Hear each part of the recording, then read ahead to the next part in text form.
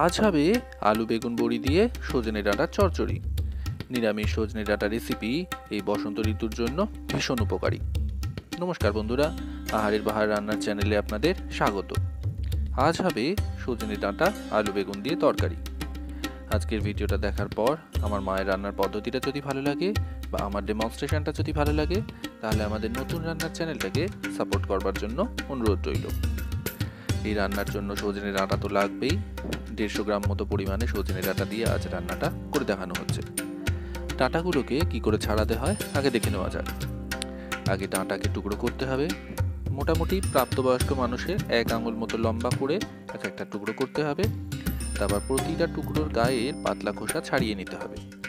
ডাঁটা খুব পাকা হলে তো হবেই না, তার বীজ শক্ত হয়ে যায় আর শাঁসের স্বাদটাও নষ্ট হয়ে যায়। তবে খুব কচি ডাঁটা নিলেও সমস্যা হতে পারে। ডাঁটার গায়ের খোসা ছাড়াতে গেলে নরম শাঁস শুদ্ধ উঠে আসে, সেক্ষেত্রে কেনার সময় একটু সতর্ক থাকাই ভালো। এবার রান্না শুরু করার আগে যে খুচরো মশলাগুলো লাগবে সেগুলো একটা পাত্রে নিয়ে জল দিয়ে গুলে ব্যবস্থা রাখলে কাজের সুবিধা হবে। রান্না করার সময়ও বেঁচে যাবে, আবার জ্বালানি অপচয়ও হবে না। যেগুলো লাগবে সেগুলো হলো 1 চা চামচের সামান্য কম কাশ্মীরি লাল লঙ্কার গুঁড়ো, 1/2 চা চামচ করে জিরে গুঁড়ো, ধনে গুঁড়ো, হলুদ গুঁড়ো আর আদা বাটা। এই রান্নাতে টমেটো দেওয়া যেতে পারে, আবার টমেটো ছাড়াও রান্নাটা করা যেতে পারে। টমেটো পড়লে একটু টকটক হবে, সেক্ষেত্রে খেতে ভালো লাগবে। আলু নেওয়া হয়েছে 4টে বড় মাপের, এগুলোকে ডুমো করে কেটে নিতে হবে। লাগবে বেগুন, 2টো বড় মাপের বেগুন লাগবে, এগুলোকেও মাঝারি করে টুকরো করে নিতে হবে। বেগুন কিন্তু সহজে গলে যায়, তাই একেবারে ছোট টুকরো করলে ঘাঁটাঘাঁটির সময় একেবারে তরকারির সাথে মিশে যাবে। ডাঁটা তো আগেই বললাম 150 গ্রাম পরিমাণে নেওয়া হয়েছে। টমেটো 2টো নেওয়া হয়েছে মাঝারি মাপের, এগুলোকে মাঝারি টুকরো করে রান্নায় ব্যবহার করতে হবে। আমার মায়ের নিজের হাতে বানানো কলাই ডালের বড়ি দেওয়া হয়েছে, 15-20টা দিলেই যথেষ্ট হবে। মূল রান্না শুরু করার আগে বড়িগুলোকে তো ভেজে নিতেই হবে, পাশাপাশি হালকা করে ভাজতে হবে আলু, ডাঁটা আর বেগুনের টুকরোগুলোকে। এই রান্নাটা সরষের তেল দিয়ে করতে হবে। শুধুমাত্র ভাজার জন্য লাগবে 3 টেবিল চামচ তেল। কড়ায় তেল ঢেলে তেলটা খুব গরম হওয়ার আগেই বড়িগুলোকে তেলে ছেড়ে মোটামুটি মিনিট 2 মাঝারি থেকে হাই আঁচে ভেজে নিয়ে তেল ঝরিয়ে তুলে নিতে হবে। তারপর ধাপে ধাপে আলুর টুকরোগুলো, ডাঁটাগুলো আর বেগুনগুলোকে ভাজতে হবে। প্রথমে আলুর টুকরোগুলোকে কড়াতে দিয়ে তার সাথে সামান্য নুন হলুদ গুঁড়ো মিশিয়ে ভাজতে হবে। মূল রান্না শুরু করার আগে টমেটো বাদে বাকি সবজিগুলো হালকা ভেজে নিলে রান্নার স্বাদটা যেমন ভালো হবে, সবজিগুলো কিন্তু বেশ কিছুটা সিদ্ধ হয়ে যাবে। মিনিট 3 ভাজার পর যখন আলুগুলো হালকা বাদামি রং ধরতে শুরু করবে, তখন ডাঁটাগুলো দিতে হবে। যেহেতু বেগুন সিদ্ধ হতে অনেকটাই কম সময় নেয়, তাই ডাঁটাগুলোকে মিনিট 1.5 সময় ধরে ভাজার পরে সবশেষে বেগুনের টুকরোগুলো মিশিয়ে হালকা করে 1 মিনিট মতো সময় ভেজে নিয়ে সব কিছুকে একেবারে আলাদা করে ঢেলে রেখে দিতে হবে। যেহেতু তেল দেওয়া হয়েছিল শুধুমাত্র ভাজার জন্য, তাই আবার রান্নায় তেল দিতে হবে। তেলটা গরম হবার আগে গোটা মশলা ফোড়নও দিয়ে দিতে হবে। গোটা মশলা ফোড়ন হিসেবে লাগবে 1টা শুকনো লঙ্কা, 2টো তেজপাতা, 1 চা চামচ 5 ফোড়ন। তারপরে মিনিট খানেক সময় ধরে ভাজতে হবে যাতে গোটা মশলার গন্ধটা বেরিয়ে আসে। তারপরে মেশাতে হবে টমেটোর টুকরোগুলো। রান্নাতে এমনি লবণ মেশাতে হবে, আর যদি এখন টমেটো মেশানোর পরে লবণটা মিশিয়ে দেওয়া হয় তাহলে কিন্তু টমেটোগুলো সহজে সিদ্ধ হয়ে যাবে। এখন 3/4 চা চামচ পরিমাণে লবণ মেশাতে হবে।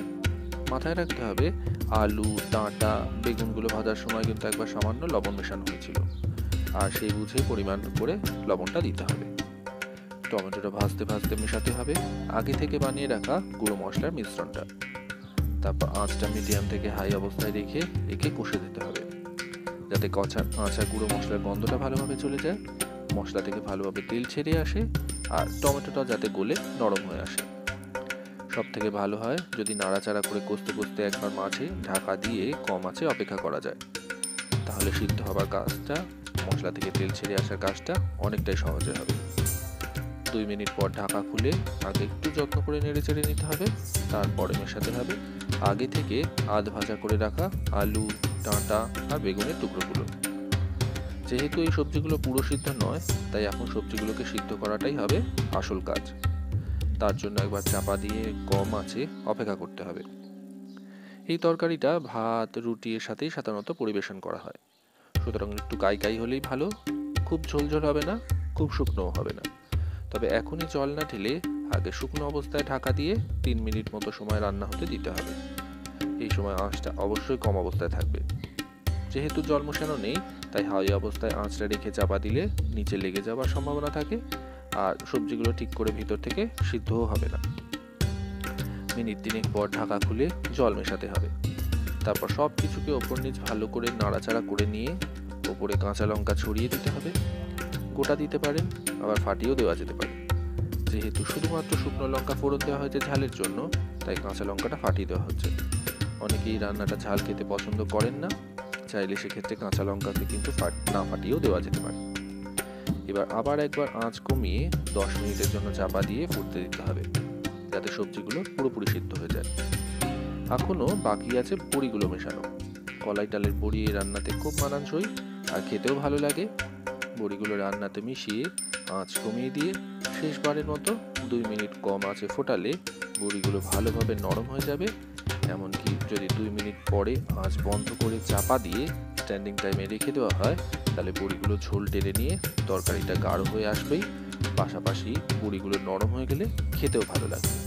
চাইলে কিন্তু এই রান্নাটাকে কম মশলাতেও করা যেতে পারে, মানে কাশ্মীরি লাল লঙ্কার গুঁড়ো বা ধনে গুঁড়ো, জিরে গুঁড়ো এগুলো বাদ দিয়েও কিন্তু রান্নাটা কম মশলা দিয়ে করা যেতে পারে। কমেন্ট করে জানাতে ভুলবেন না কেমন লাগলো আজকের সজনে ডাঁটা আলু বেগুন দিয়ে তরকারি।